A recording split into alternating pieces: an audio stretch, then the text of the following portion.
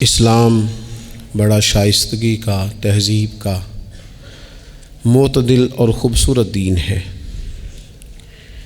انسانی زندگی میں کوئی شخص کوئی بھی کام کرتا ہو، لیکن اگر وہ کام بے ترتیب ہو،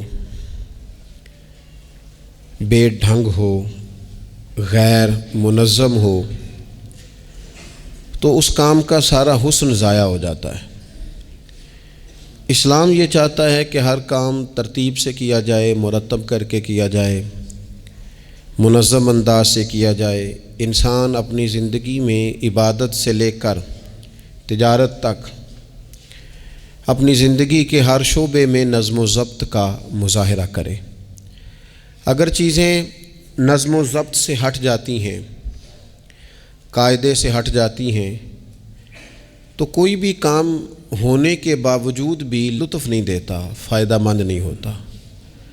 ہم یہ دیکھتے ہیں کہ مسلمانوں نے بہت ساری چیزوں کو بے ترتیب کر لیا ہے۔ ہماری زندگیوں میں ہر چیز ہے، نظم و ضبط نہیں ہے، وقت کی پابندی نہیں ہے، وقت کی قدر نہیں ہے۔ روزمرہ کے معاملات کے اندر ہم اپنے معاملات کو ترتیب سے نہیں چلاتے۔ کبھی کوئی کام کرتے ہیں تو اسے کیے ہی جاتے ہیں، اعتدال سے ہٹ جاتے ہیں، اور پھر اسی کام کو اس طرح چھوڑ دیتے ہیں کہ جیسے کبھی کوئی لینا دینا ہی نہیں تھا۔ اس سے انسان ایک بھرپور زندگی نہیں گزار سکتا، وہ وقتی اور جذباتی فیصلوں کا قائل ہو جاتا ہے۔ اس کی زندگی کے اندر ہر چیز ایک مخصوص وقت کے لیے اور ایک مخصوص ٹائم کے لیے آتی ہے، اور ایک مخصوص ٹائم کے لیے وہ چیز وہاں سے رخصت ہو جاتی ہے۔ اس میں کوئی شک نہیں کہ ہم انسان ہیں، ہمارے اندر کمزوریاں ہیں، باوجود کوشش کے بڑی جگہوں پہ غلطیاں، سستیاں، کمزوریاں رہ جاتی ہیں۔ لیکن کچھ لوگ اپنے ذہن سے کوئی منصوبہ بندی کرنا ہی نہیں چاہتے۔ ہو جائے گا، اللہ کرم کرے گا، اللہ بڑا مہربان ہے۔ بھئی یہ ساری باتیں ٹھیک ہیں، لیکن اسی کریم رب نے کہا ہے صبح اٹھو، اسی کریم رب نے کہا ہے کہ وقت پر نیند پوری کرو، اسی کریم رب نے کہا ہے کہ ان الصلاۃ کانت علی المؤمنین کتابا موقوتا، فرمایا بے شک نماز مسلمانوں پر مقررہ وقت پر فرض ہے۔ اسے اپنی ترتیب سے، وقت کے حساب سے تم نے ادا کرنا ہے۔ یہ نہیں ہو سکتا کہ تم کہو جی میری آنکھ 9 بجے کھلتی ہے تو میں فجر 9 بجے پڑھوں گا، اس کا ٹائم 6 بجے ہے تو تمہیں 6 بجے ہی فجر پڑھنی پڑے گی۔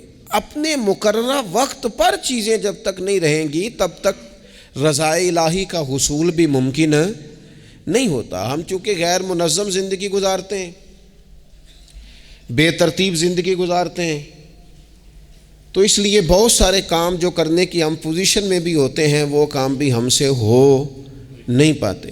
ایک تو بہت سارا مسئلہ لوگوں کا یہ ہے کہ کل کر لیں گے، انشاءاللہ ہو جائے گا، آپ دعا کریں ہو جائے گا، آپ فکر نہ کریں ہو جائے گا۔ اس کا معنی کوئی نہیں نا، اس کا مطلب کوئی نہیں۔ آپ کیا کہہ رہے ہیں؟ آپ کہیں میں نے شروع کر دیا ہے، اب دعا کریں۔ آپ یہ کہیں کہ میں نے پوری کوششیں لگا دی ہیں، آپ اچھی امید رکھیں اللہ سے، لیکن آپ سٹارٹ ہی نہیں کر رہے اور آپ کہہ رہے ہیں دعا کریں۔ یہ کیسے ہوگا؟ جب تک نظم و ضبط کا، آداب کا، حدود کا، قاعدے قانون کا پورا خیال ہی نہ رکھا جائے۔ حضرت سید فیض الحسن شاہ صاحب رحمۃ اللہ تعالیٰ علیہ فرماتے ہیں کہ ایک خاتون بڑی عجلت پسند تھی، جلد باز تھی، تو اس کا شوہر اس کی ان چیزوں سے بڑا پریشان تھا، جلدی میں آدھا کام کرتی تھی، آدھا کام خراب کر دیتی تھی، تو اکثر آ کے کہتی تھی دعا کریں بڑا مارتا ہے۔ اگرچہ اس کا مارنا پھر بھی درست نہیں تھا، لیکن وہ دیہاتوں میں آپ کو پتہ ہے نا، بعض لوگ بڑی جہالت کا مظاہرہ کرتے ہیں، اس قدر زیادہ شدت کے ساتھ تکلیف دیتے ہیں کہ جو بالکل نازیبا ہو جاتی ہے۔ ایک دن اس نے آ کے کہا کہ پیر صاحب کوئی سمجھاؤ، بڑا ماردہ ہے۔ تو آپ نے فرمایا تو سنا ہے بڑی جلد باز ہے، کام نظم و ضبط سے نہیں کرتی۔ کہنے لگی جی دیکھیں جی کیا نظم و ضبط اور کیا معاملہ، کل اس نے مجھے کہا دال پکا دو تو میں نے اس میں گھی بھی ڈالا ہے، مرچیں بھی ڈالی ہیں، پیاز بھی ڈالا ہے، لہسن بھی ڈالا ہے، ہلدی بھی ڈالی ہے، بس ذرا جلدی میں نے دال ہی تو نہیں ڈالی۔ تو اب یہ کو مارنے والی بات ہے؟ ہر شے ہے، ایک شے ہی نہیں۔ ہمارے ہاں بہت سارے لوگ ایسے ہیں جو جلدی میں اصل کو ہی بھول جاتے ہیں۔ وہ کہتے ہیں باقی میں نے سارے کیے ہیں، کوئی رہ تو نہیں نہ گیا، سارے کیے، ایک ہی نہیں نہ کیا۔ او بھائی جو اصل تھا وہ تو رہ گیا۔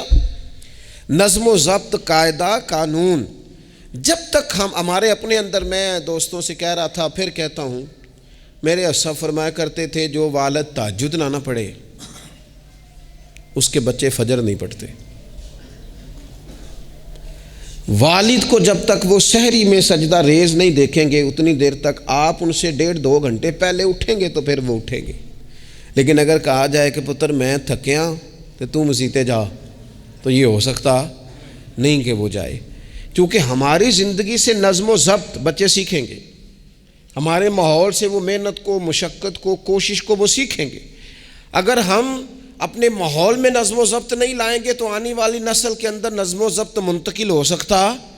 تو اس کے منتقل کرنے کے لیے ضروری ہے کہ پہلے ہماری زندگی کے اندر نظم و ضبط، آپ دیکھیں شریعت اسلامیہ نے ہر کام کا نظم و ضبط بنایا ہے۔ نماز اللہ کی عبادت ہے نا، بستر سے اٹھ کر سیدھا مسجد میں آ کے جہاں آپ کا جی چاہے نماز پڑھنے کی اجازت نہیں ہے۔ آپ اٹھیں، آپ کا لباس پاک ہونا چاہیے، آپ نے وضو کیا ہوا ہو، آپ کو سمت قبلہ کا پتہ ہو، آپ کا منہ کعبہ شریف کی طرف ہو، جس جگہ آپ نے نماز پڑھنی ہے وہ جگہ پاک ہو، آپ کا لباس پاک ہو، وقت کا تعین ہو، نماز کے آداب آپ کو آتے ہوں، آپ بیت اللہ شریف کی طرف رخ کریں گے، کانوں تک ہاتھ اٹھائیں گے، آپ ان ہاتھوں کو منظم طریقے سے باندھیں گے، وقت پر رکوع کریں گے، رکوع میں کمر سیدھی ہونی چاہیے۔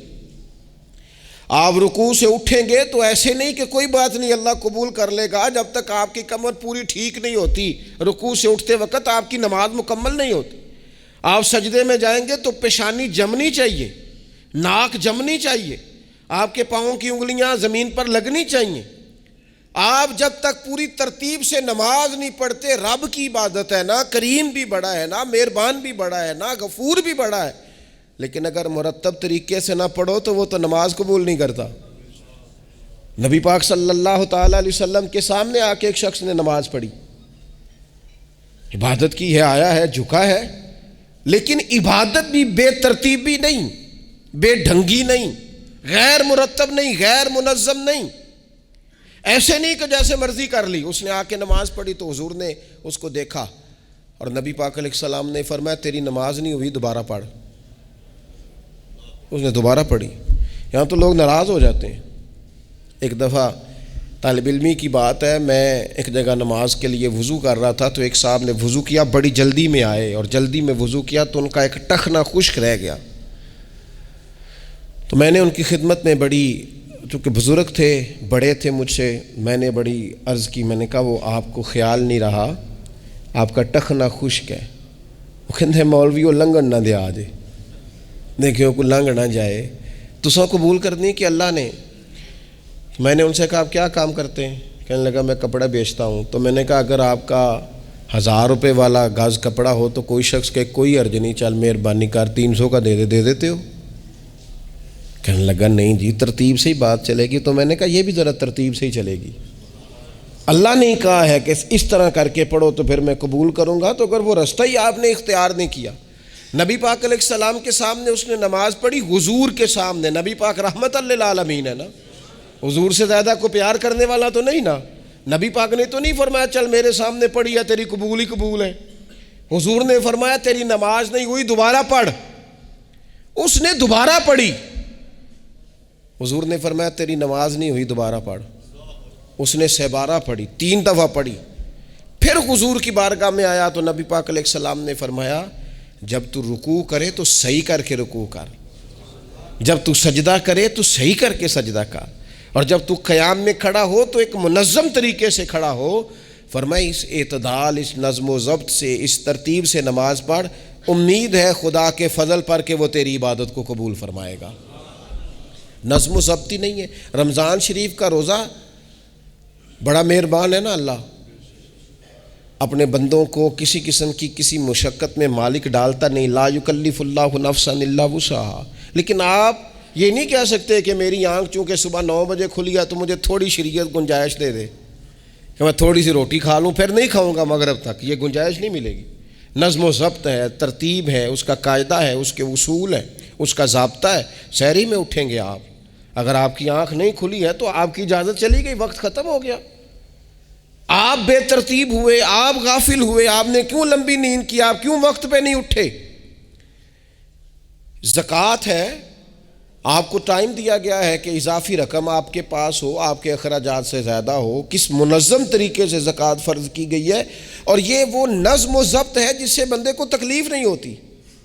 یعنی آپ کی ضروریات سے زیادہ مال ہو، اس مال کی قیمت 7.5 تولے سونے کے برابر یا 52.5 تولے چاندی تک پہنچ جائے، پھر وہ کل پہنچی ہے تو آج زکوٰۃ فرض نہیں، اس پر سال گزر جائے، پھر بھی وہ سارا نہیں دینا، اس میں سے 2.5% دینا.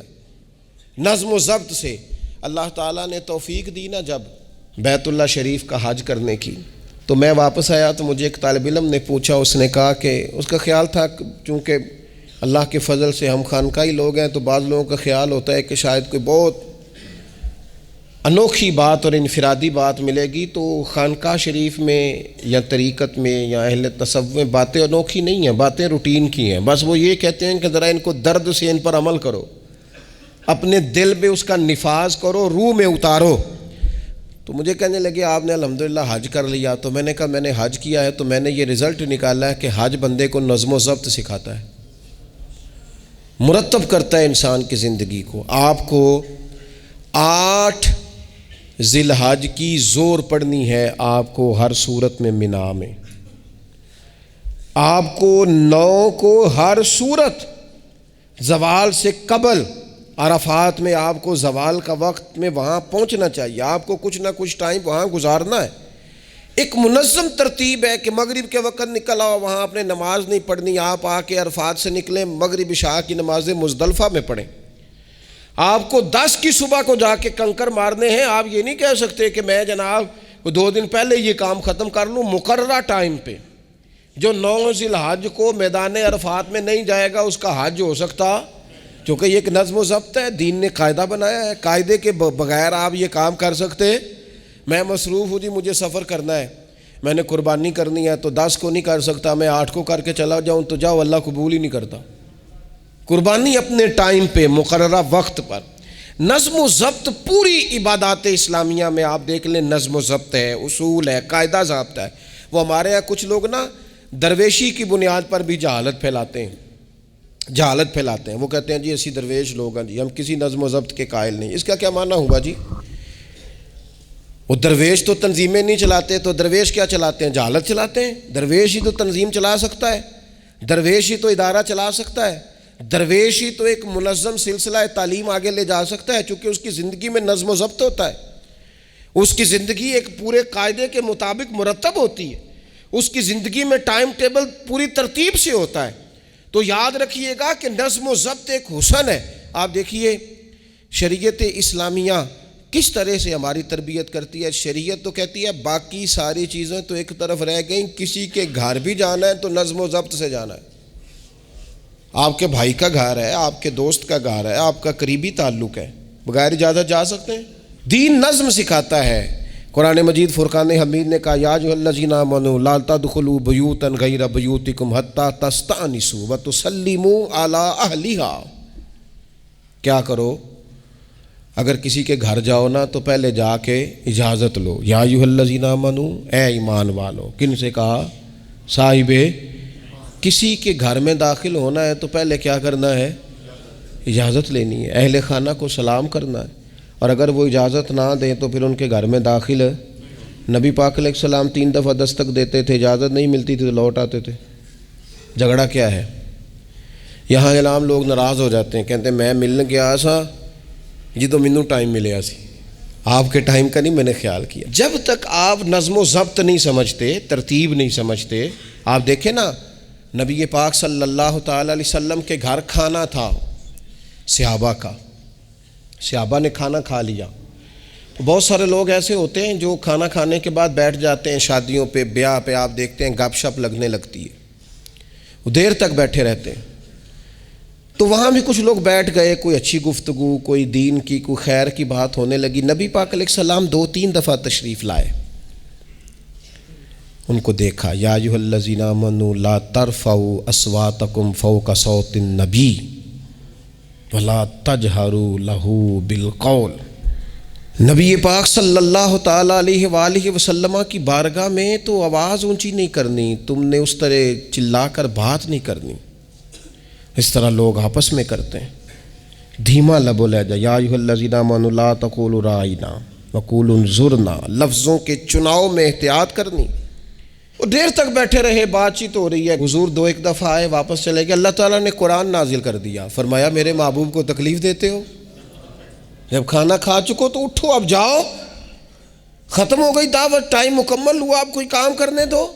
میرے عزیز، اپنی زندگی میں یہ ماحول بنائیں، ان چیزوں کو لے کر کے آئیں جو چیزیں ہمارے لیے ضروری ہیں۔ اگر ہم یہ کام نہیں کریں گے تو پھر زندگی میں یا تو ہمارا وجود کسی کے لیے اذیت کا باعث بنے گا، تکلیف کا باعث بنے گا، یا ہمارا لب و لہجہ اس طرح کا ہو جائے گا کہ ہم باوجود محنت کے اس کا کوئی نتیجہ نکال سکیں گے۔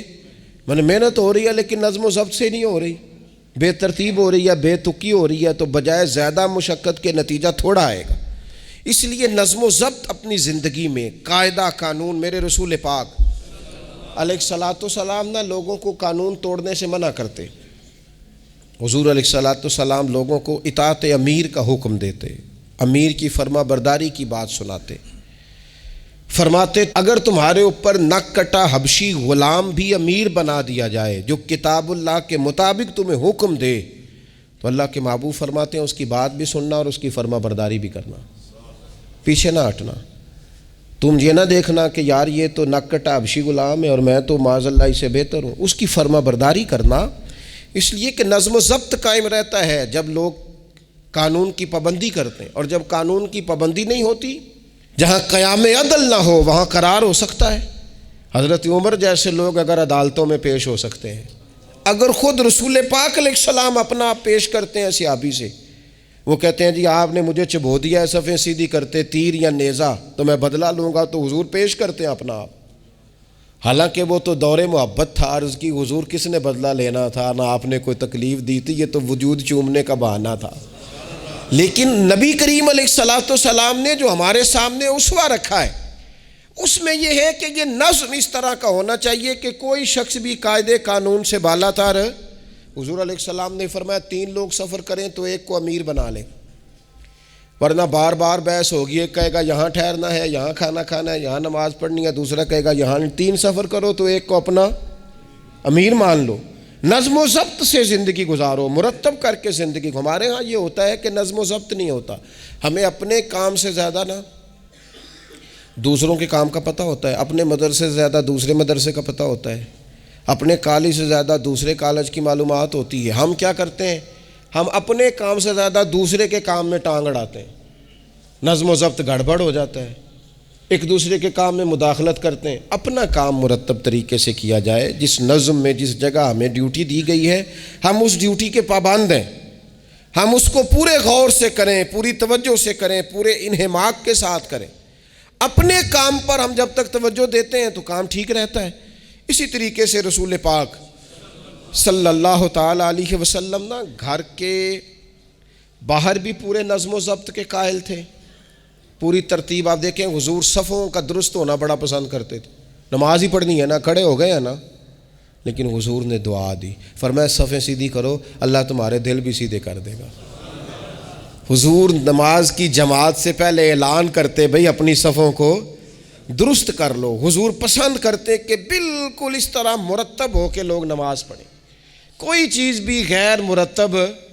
یہاں جناب کوئی شخص بھی قطار میں لگنے کو تیار نہیں، باری کا انتظار کرنے کو تیار نہیں ہے۔ بینک میں ہمیں ذرا پہلے بلا لیا گیا تو ہم کہتے ہیں اللہ نے بڑی عزت دیتی ہے، اور پھر کچھ پروٹوکول تو بے جا ہے، سوائے تکلیف کے اور کچھ دیتے۔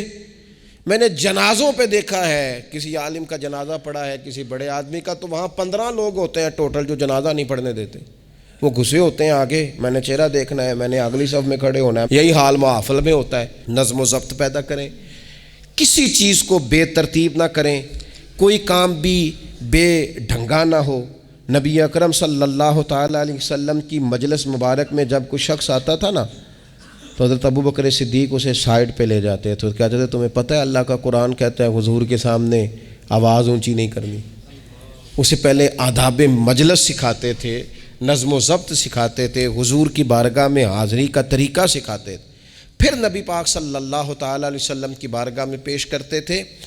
ہمارے بے صبرے ہو جانے کی بڑی وجہ بھی یہ ہے کہ نظم و ضبط نہیں، ہمارے جلد باز ہو جانے کی وجہ یہ ہے کہ نظم و ضبط نہیں، ہماری طبیعت جو بہت زیادہ ڈسٹرب ہو جاتی ہے، ذہنی الجھاؤ پیدا ہوتا ہے، اس کی وجہ بھی یہ ہے کہ نظم و ضبط نہیں ہے۔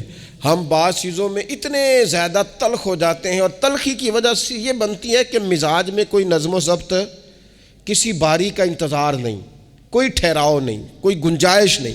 ماحول میں نظم و ضبط پیدا کریں، زندگی میں نظم و ضبط پیدا کریں، اپنے بچوں میں نظم و ضبط لائیں، اپنے اداروں کے اندر نظم و ضبط پیدا کریں، اور پھر حوصلہ رکھیں، ہمت رکھیں، تحمل مزاجی پیدا کریں۔ نبی اکرم صلی اللہ تعالی علیہ وسلم نے نا اپنے گھر میں اپنے ٹائم کو 3 حصوں میں تقسیم کیا تھا۔ ہم گھر کے اندر جاتے ہیں، اپنا ٹائم تقسیم نہیں کرتے۔ یہاں تو کوئی بندہ مطالبہ کرتا ہے تو ڈانٹ کے چپ کرانے کی کوشش کرتے ہیں، تھکا ہوا ہوں خبردار بات نہ کرنا۔ آپ نے چپ کرا دیا، چپ کرانے سے بغاوت پیدا ہوتی ہے، نفرت جنم لیتی ہے۔ یہاں چپ کرا دیتے ہیں، یا اگر ہم کوئی بات کرتے ہیں تو وہ کوشش کرتے ہیں کہ اس وقت جان چھوٹے، یہ دن گزرے، کل دیکھیں گے۔ اس سے کیا ہوتا ہے، اس سے جو شخص آپ کے سامنے بیٹھا ہے اس کی امید ٹوٹتی ہے، وہ کہتا ہے یار یہ کیا معاملہ ہے۔ بچوں کی امیدیں ٹوٹتی ہیں، گھر والوں کی امیدیں ٹوٹتی ہیں کہ یار یہ تو جان چھڑا رہے ہیں۔ نبی اکرم صلی اللہ تعالیٰ علیہ وسلم جب گھر تشریف لے جاتے تھے تو حضور اپنے وقت کو 3 حصوں میں تقسیم کرتے۔ ایک حصہ پورا ٹائم رسول پاک گھر والوں کو دیتے، ان کی بات سنتے، بلکہ حضرت عائشہ صدیقہ فرماتی ہیں جب تک گھر میں رہتے کوئی نہ کوئی گھر کا کام ہی کرتے رہتے، حضور ٹائم دیتے۔ ایک حصہ یہ، دوسرا حصہ ٹائم کا نبی پاک صلی اللہ تعالیٰ علیہ وسلم نے آرام کے لیے رکھا ہوا تھا۔ حضور آرام کرتے، لیٹتے، باقاعدہ حضور علیہ الصلاۃ والسلام اپنے وجود اطہر کو بستر کے اوپر رکھتے، آرام فرما ہوتے، صحیح معنوں میں آرام کرتے۔ اور تیسرا حصہ نبی پاک علیہ السلام نے عبادت کے لیے رکھا ہوا، گھر والوں کا کام کاج کیا، عشاء ہوئی، آرام کیا، پھر تہجد کا ٹائم ہوا تو حضور عبادت کے لیے اٹھ کے کھڑے ہو گئے۔ یہ گھر کے اندر، مسجد میں نہیں، مسجد کا تو جو عبادت کا ماحول ہے نماز کا وہ الگ ہے، گھر کے اندر اس بات کو اچھی طرح سمجھ لیں کہ گھر کے اندر جب آپ جائیں، اب تو بڑوں کی شکایتیں آنے لگی ہیں، پہلے بچوں کی آتی تھیں، اب تو 50 سال کے آدمی کی شکایت آتی ہے کہ گھر آتے ہی موبائل کھول لیتا ہے، ادھر ادھر دیکھتا ہی نہیں، کوئی سنتا ہی نہیں۔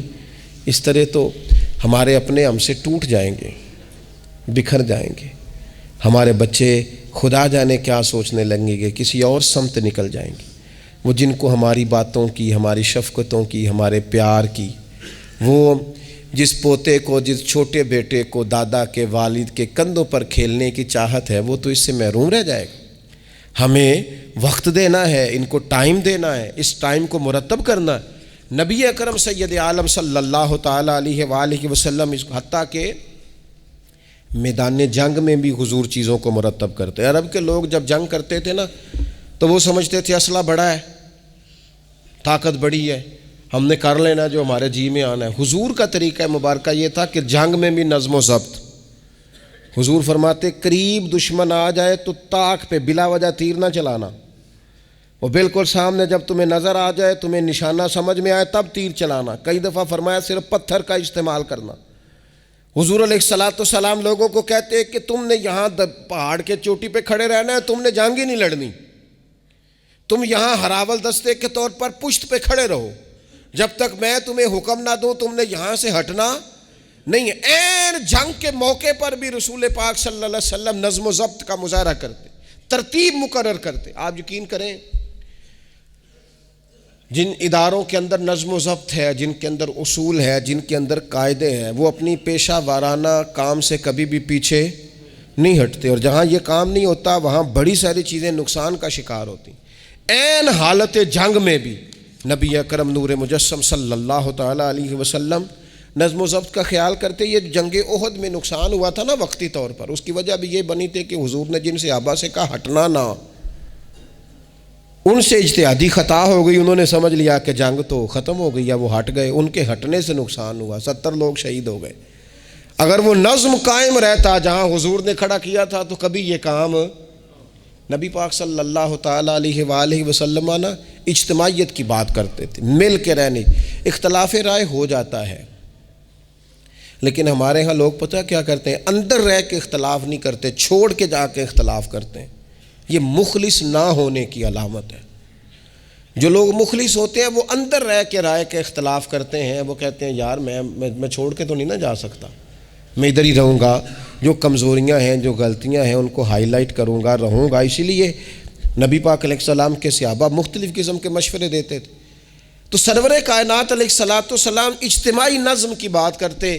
ایک مقام پہ حضور نے صحابہ کو دیکھا کہ چھوٹی چھوٹی ٹولیاں بنا کے الگ الگ بیٹھے ہوئے ہیں، تو نبی پاک علیہ السلام نے فرمایا یہ شیطان تمہیں الگ الگ کرتا ہے، اور فرمایا جس طرح بکریوں کا بھیڑیا ہوتا ہے، انسانوں کا بھیڑیا شیطان ہے، جب کسی کو مجمع سے الگ کر لیتا ہے، حضور فرماتے ہیں جسے بھیڑیا بکریوں سے الگ کرتا ہے نا پھر اس کا شکار کرتا ہے، اور شیطان بھی جب تمہیں اجتماعیت سے الگ کر لیتا ہے، در مرشدہ چھڈی نہیں تے ہو جاویں گا روگی، جیڑی بکری اجڑوں وچھڑی او بگیاڑا جوگی، او بگیاڑا جوگی کھا جائیں گے، پھاڑ ڈالیں گے اسے۔ در مرشدہ چھڈی نہیں تے ہو جاویں گا روگی، جیڑی بکری اجڑوں وچھڑی او بگیاڑا جوگی، اسے تو لے کے چلا جائے گا۔ اجڑ پر، اجتماعیت پر کبھی بھی بھیڑیا حملہ، تو حضور صحابہ سے کہتے تھے بیٹھو تو ذرا مل کے بیٹھو، کسی جگہ تم بیٹھو تو اجتماعیت۔ بڑی مشہور حدیث ہے، چند لوگ جمعے میں کھڑے تھے تو حضور نے فرمایا بیٹھ جاؤ الگ الگ۔ بعض لوگ بڑے قائل ہوتے ہیں نا، تھوڑا سا جناب ہم نے ذرا ہٹ کے رہنا ہے، ہم نے تھوڑا سا الگ سے رہنا ہے، تھوڑا سائڈ پہ بیٹھنا ہے، تو حضور پسند نہیں کرتے تھے، فرمایا اکٹھے بیٹھو، مجمع کی صورت میں بیٹھو۔ بلکہ حضور علیہ السلام نے یہ تو اجتماعی نماز کا حکم دیا نا، فرمایا جس علاقے میں 3 مسلمان بھی بستے ہوں نا وہ بھی باجماعت نماز پڑھیں۔ وَرْكَعُوا مَعَ الرَّاكِعِينَ، رکوع کرو پر رکوع کرنے والوں کے ساتھ، تنہا نہیں، مل کے اجتماع۔ آج کفر نے بھلا کیا کیا ہے؟ اس نے مسلمانوں کی اجتماعیت کوئی توڑا ہے، نظم و ضبط کوئی تو توڑا ہے۔ 57 اسلامی ممالک ہونے کے باوجود نظم و ضبط نہیں، اور وہاں ایک ملک ہے امریکہ اپنی ریاستوں کو ساتھ ملا کے اس طرح گٹھ جوڑ کیا ہے کہ وہ سب پر بھاری ہوتا جاتا ہے معاذ اللہ۔ اگر نظم و ضبط، اور یہ ہمارے ہاں بھی نہیں ہے، روٹین میں چھوٹے چھوٹے اختلافات ہوتے ہیں لوگوں کے بیچ، لیکن ایک دوسرے کو ملنا پسند نہیں کرتے، سلام کلام پسند نہیں کرتے، نفرت کا اظہار۔ تو جب گلی محلوں میں نظم و ضبط نہیں، ٹولیاں بنی ہوئی ہیں، گروہ بنے ہوئے ہیں، چھوٹی چھوٹی باتوں میں لوگوں نے الگ الگ ماحول بنا دیا ہے، بلکہ بعض لوگ تو باقاعدہ بڑے ماہر ہوتے ہیں خاندان میں لڑائی کیسے کرانی ہے، محلے میں فساد کیسے ڈلوانا ہے، لوگوں کو کس طرح کر کے توڑنا ہے، کیا ایسا کام کرنا ہے جس سے کہ لوگ زیادہ سے زیادہ ٹوٹ جائیں۔ تو اپنی زندگی کے اندر، اپنے ماحول کے اندر، اپنی طبیعت کے اندر نظم و ضبط لائیں گے۔ بہت سارے لوگ ہیں جو خود بھی وقت ضائع کرتے ہیں، اگر کہیں چلے جائیں تو اس کا بھی پورا ہی وقت ضائع کرتے ہیں، پورا ٹائم، یعنی اس پہ کتنا پیسہ لگتا ہوگا، موبائل کا کتنا بل آتا ہوگا، ٹائم کتنا ضائع ہوتا ہوگا، اور پھر سناؤ مثلاً کی سنائیے جی، اس کا کوئی معنی ہے؟ یعنی ایک صاحب کہنے لگے، انہوں نے کئی دفعہ مجھے کہا کوئی نویں تازی، میں چپ کر گیا۔ پھر فون پہ اب بندہ خیر مہذب لگتا ہے اگر کہے چلو جی پھر ٹھیک ہے، وہ پھر کہ ان کو نویں تازی، میں کہا جی میں تو مولوی ہوں، تسی مینوں اخباری نمائندہ سمجھ لیا، نویں تازی تو آپ کسی اخباری رپورٹر سے پوچھیں، مینوں کی پتہ ہے نویں تازی کی ہے، میں تو چھوٹا سا آدمی ہوں، اپنے کام نویں تازی کا کی مطلب ہویا؟ یعنی اب اتنا آپ نے فون بھی ضائع، ٹائم بھی ضائع۔ حضرت صاحب ہور پھر سناؤ بھئی، تسی اتنے حضرت صاحب دے کول رہو نہ مہینہ تے کوئی کام کرو نال تاکہ تانوں اور بھی کوئی سنان، حضرت صاحب تانوں کی سنان، لیکن شرط یہ ہے کہ ہم نظم و ضبط والے بنے، ایک جملہ بھی ضائع نہیں، اضافی نہیں۔ اس میں کہا کرتا ہوں دوسروں کو بہت ساری چیزیں سکھانے سے بہتر ہے ہم بہت سارے لوگوں سے خود سیکھنا شروع کر دیں، اپنی زندگی میں سیکھیں۔ اللہ تبارک و تعالی مجھے آپ کو توفیق عمل عطا فرمائے۔ آخر دعوانا